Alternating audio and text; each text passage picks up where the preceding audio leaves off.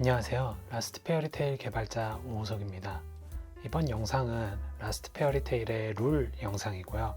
많은 여러분들께서 조금 더 보기 쉽도록 하기 위해서 제가 마이크도 구매를 하고 영상 자막도 넣었습니다. 이 영상은 제가 테스트 플레이를 진행할 때 실제로 사용한 프로토타입을 샘플로 보여드립니다. 그럼 먼저 구성품 설명부터 시작하도록 하겠습니다. 라스트 페어리테일에는 먼저 방해물 카드가 서로 똑같은 구성으로 25장씩 두 세트가 있습니다. 두 플레이어가 하나씩 사용을 하게 되는데요. 기본 방해물은 깊은 바다, 어두운 숲, 무서운 동물, 수상한 사람과 특수 방해물은 보물상자로 구성이 됩니다. 이렇게 5가지 종류의 방해물 카드가 5장씩 들어있어 총 25장으로 구성이 되는데요. 기본 방해물은 캐릭터에 따라 특별히 중요한 방해물들이 있으며 특수 방해물인 보물상자는 파괴하게 되면 가운데에 황금 카드를 가져오는 카드입니다. 황금 카드는 5종류가 4장씩 총 20장이며 얻으면 내가 가지고 있다가 황금 카드 사용 단계에 사용 가능합니다. 캐릭터 카드는 총 12개가 있으며 각자 승리 조건이 다르고 각자 승리 조건에 가까워질 수 있는 특수한 행동과 특성들을 보유하고 있습니다. 행동을 통해 상대방을 방해를 하고 자신의 승리 조건에 먼저 도달하는 사람이 승리하게 됩니다.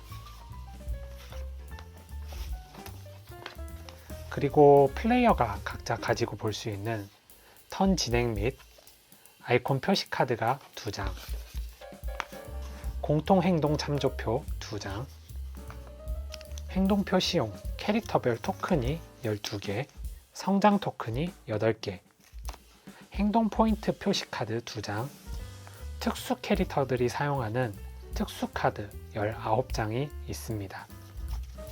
그럼 이제 게임 시작 전 기본 세팅에 대해서 말씀드리겠습니다. 서로는 방해물 카드를 섞어서 각자의 자리에 둡니다. 그리고 각자 고른 캐릭터 카드를 양옆으로 서로 볼 수 있게끔 배치합니다.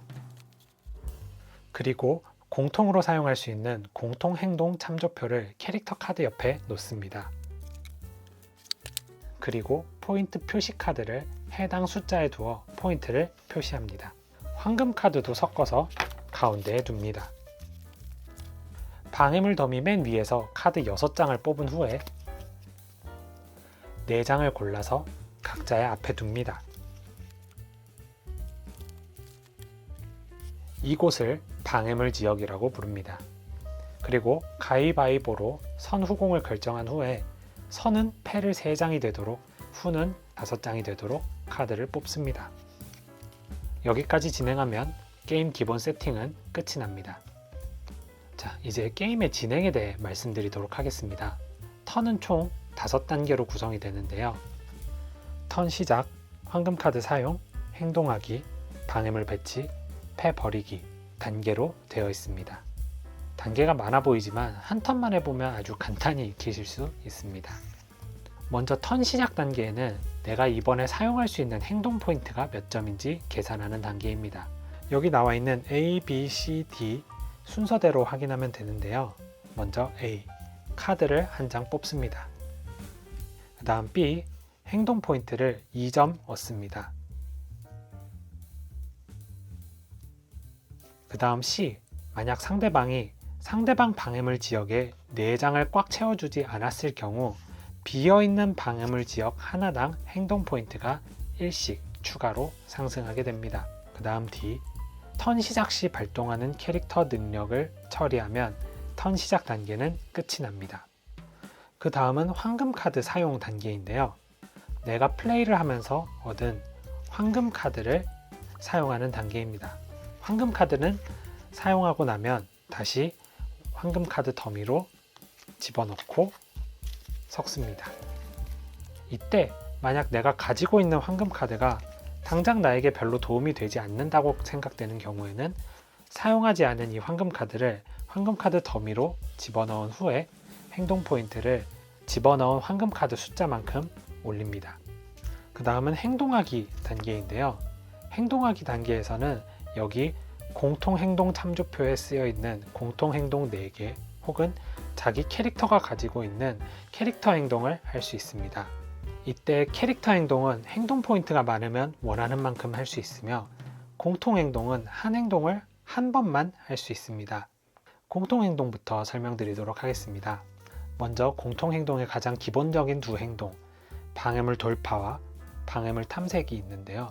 원하는 만큼 행동 포인트를 지불하고 행동을 할 수 있습니다. 방해물 돌파는 지불한 행동 포인트만큼 상대 방해물 지역의 카드를 파괴할 수 있고요. 방해물 탐색은 지불한 행동 포인트의 2배만큼 상대 방해물을 확인할 수가 있습니다. 여기서 파괴와 확인은 기본적으로 여기 상대방 방해물 지역을 우선으로 하게 되고요. 이 방해물 지역 개수보다 많은 장수를 파괴하거나 확인할 때는 상대방의 패를 확인하거나 파괴하게 됩니다. 만약에 패도 부족하다면 방해물 더미를 직접 파괴하거나 확인하게 됩니다. 파괴된 카드는 같은 종류끼리 정돈해서 자신의 방해물 지역 아래에 두는데요. 이를 방해물 카드 무덤이라고 부릅니다. 확인한 방해물 지역의 카드는 앞면 표시로 두게 됩니다.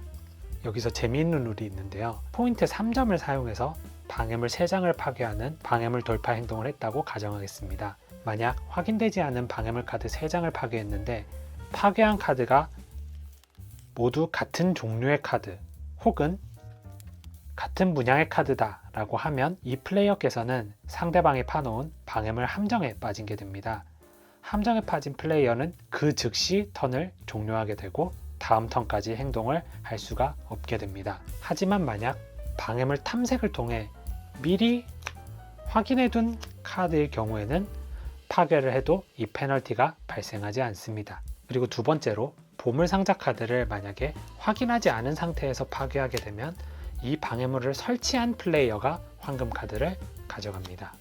그런데 만약 이 카드가 확인된 상태로 파괴된다면 파괴한 플레이어가 황금 카드를 가져가게 됩니다. 함정을 짜는 플레이와 보물상자를 운용하는 심리전을 통해서 서로 실리를 챙겨가시면 되겠습니다. 그리고 세 번째 공통행동은 심리전을 위해 깔아놓은 방해물들이 모두 확인되어 버리는 경우가 있을 수 있는데요.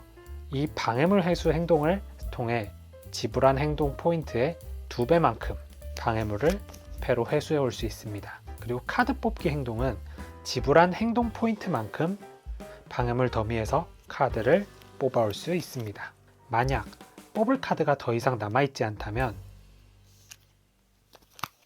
방해물 무덤의 카드를 모두 섞어 자신의 방해물 더미로 둡니다. 여기 이 4개의 행동은 한 턴에 각자 1개씩만 사용할 수 있는데요. 이 말인 즉슨 내가 행동 포인트가 3이 있을 때 방해물 돌파를 2포인트를 사용해 2장을 부순 후 다시 방해물 돌파를 1포인트로 사용해 1장을 부숴 함정을 피하는 플레이를 방지하기 위함입니다. 그리고 여기 있는 캐릭터 행동들은 각자 선택한 플레이어만 사용할 수 있는 행동들입니다. 캐릭터 행동은 각자 읽어보시고 플레이를 하면 되는데요. 캐릭터별 소개는 빠른 시일 내에 여러분들께 찾아뵙도록 하겠습니다.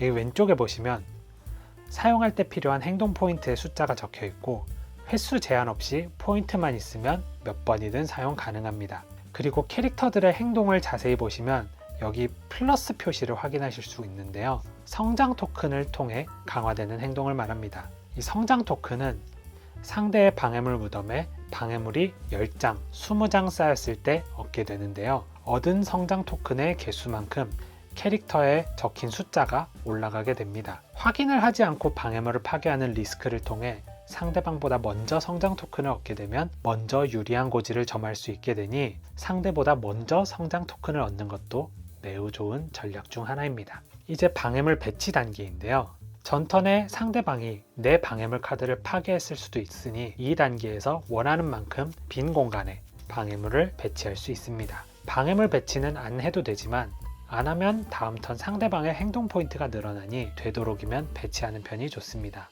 패 버리기 단계에서는 지금 내 패가 6장보다 많을 경우 6장이 되도록 패를 버리면 됩니다. 이때 깊은 바다, 어두운 숲, 수상한 사람, 무서운 동물의 기본 방해물만 버릴 수 있습니다. 이렇게 하면 턴이 끝나게 되고요. 서로 번갈아 가면서 턴을 진행해서 승리 조건에 먼저 도달하는 캐릭터가 승리합니다. 이렇게 여러분들과 룰 영상을 알아봤는데요. 캐릭터별 플레이가 매우 궁금하실 거로 생각됩니다. 빠른 시일 내에 캐릭터별 특징을 담은 영상으로 찾아뵙도록 하겠습니다. 지금까지 라스트 페어리테일의 룰 영상이었고요. 다음에는 캐릭터 영상으로 찾아뵙겠습니다. 감사합니다.